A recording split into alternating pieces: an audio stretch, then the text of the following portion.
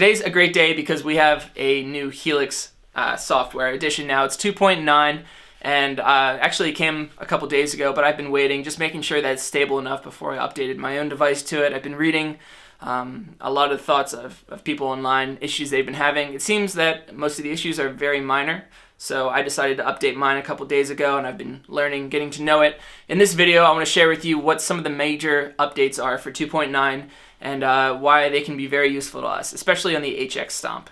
Now, the big thing, especially, it seems like they're getting ready to go to version 3.0 very soon. Allegedly, with the HX Stomp, we're going to be getting 8 blocks with that, so I'm excited for that aspect of it, really. But it seems that they're getting ready to go to 3.0 pretty soon, hopefully by the summer, and they've streamlined the updating process. So when you've downloaded 2.9 and you've updated your HX Edit software and your device to it, that should be the last one that you actually have to go to the Line 6 website to do so. From now on, apparently HX Edit is going to be able to tell you when there's a new update, and you can update directly from HX Edit.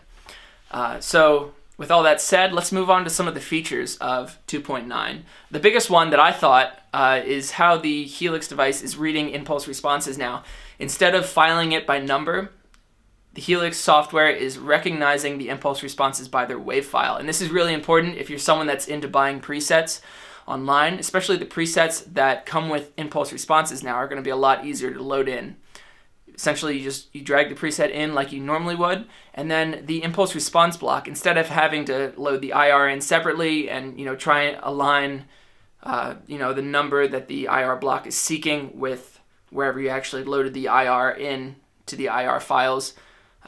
Now, apparently, Helix is going to be recognizing the impulse response by the WAV file, and if you have the name of the IR in that new preset, it should just be able to recognize it automatically.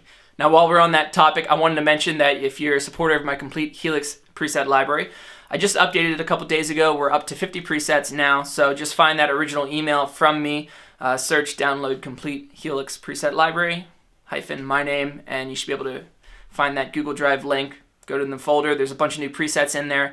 This preset library is a sampling a little bit of everything, so there's some plenty of electric guitar stuff. It's mostly electric guitar, actually, but plenty of stuff for humbucker guitars, single coils, electric basses. There's a lot of good clean tone stuff in it. Some jazz tones if you're into that, and some violin stuff as well. So just a little sampling, a little bit of everything to kind of fill in the gaps in your own preset library if that's what you're looking to do.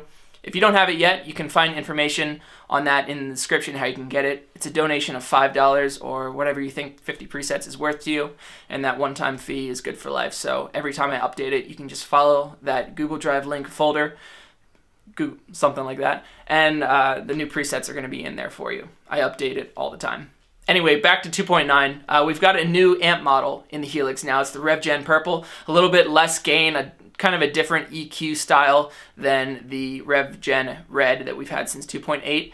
We've got 2 new cabinet models as well. The accompanying cabinets for the Fullerton and the Grammatico, which are 2 amp models that we had gotten in 2.8. We now have the cabinets to go along with them. We have a couple new pedals as well. We have one based on the way Huge Red Llama. It's called the Alpaca Rogue in the Helix now. We have something based on the Carvin Legacy drive, which is a great high-gain 3-band EQ option.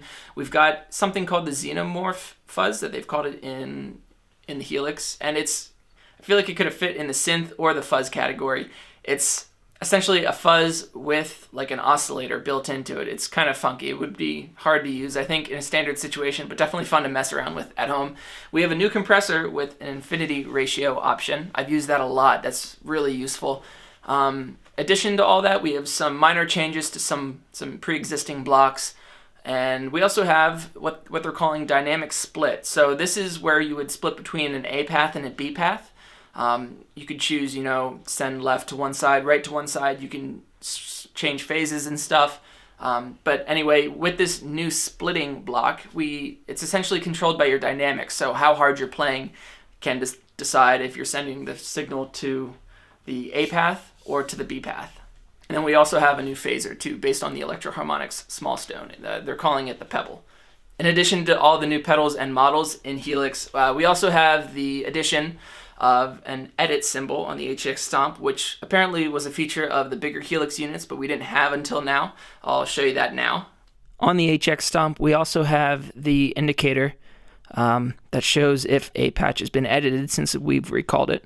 And this can be useful. So for instance, if I would go in, you'll watch right here in the corner underneath snapshot 1. If I were to edit the amp block, change the drive a little bit there, then this E would show up. And again, it seems to happen even if I just press a switch here. That little E shows up to show us that if we want the patch to stay this way, we'll have to save it. So it's just a little indicator that shows us when a patch has been edited. We also have the addition of visual icons that'll display if we're getting signal or if something's clipping. So on the screen on the HX Stomp, it's very basic. On the screen, you'll see the input block, you'll see the effects loop block, and then also the output. Essentially, if it's clear, then it's not getting any signal. If it's green, it's getting signal. If it's red, it's clipping. And this can just, help you decide how things are moving between everything. If you're not getting any signal, hopefully it'll help you, try and find out where the signal is stopping. On some of the bigger Helix units, I hear that they have a view meter, so that'll be pretty cool for you guys if you have a bigger Helix unit. In addition to all this, it seems very minor now, but we also have the added functionality of having the LED rings light up as you're using the tuner mode on the HX Stomp. And I think this is really useful. I use the tuner on it all the time. Apparently some of the bigger Helix units already had this, but we've got it on the HX Stomp now. It's nice, I think. It's a nice feature. So anyway, hope this short video was helpful to you. If you're getting 2.9, let me know in the comments. Let me know how the update went for you. It went fine for me. My Helix unit seems to be pretty stable, so I'm excited to dig in and get to know all this stuff a little bit better. Stay tuned to the free Helix preset playlist in the description. Plenty of free presets happening on this channel all the time. If you want my preset library, 50 tones now it is, information is in the description for that. And I've just updated my website. Actually, I created my website, and I've added a store function to it too. So I'm going to be adding a ton of new Helix packs, preset packs, stuff that's specifically based around like iconic Les Paul tones, Stratocaster tones. If you want to use the Helix for jazz tones, I'll have some violin packs in there as well. So you'll be hearing a lot about that from me in the future. I'm excited to have that ready to go. Thanks for watching. See you in the next video.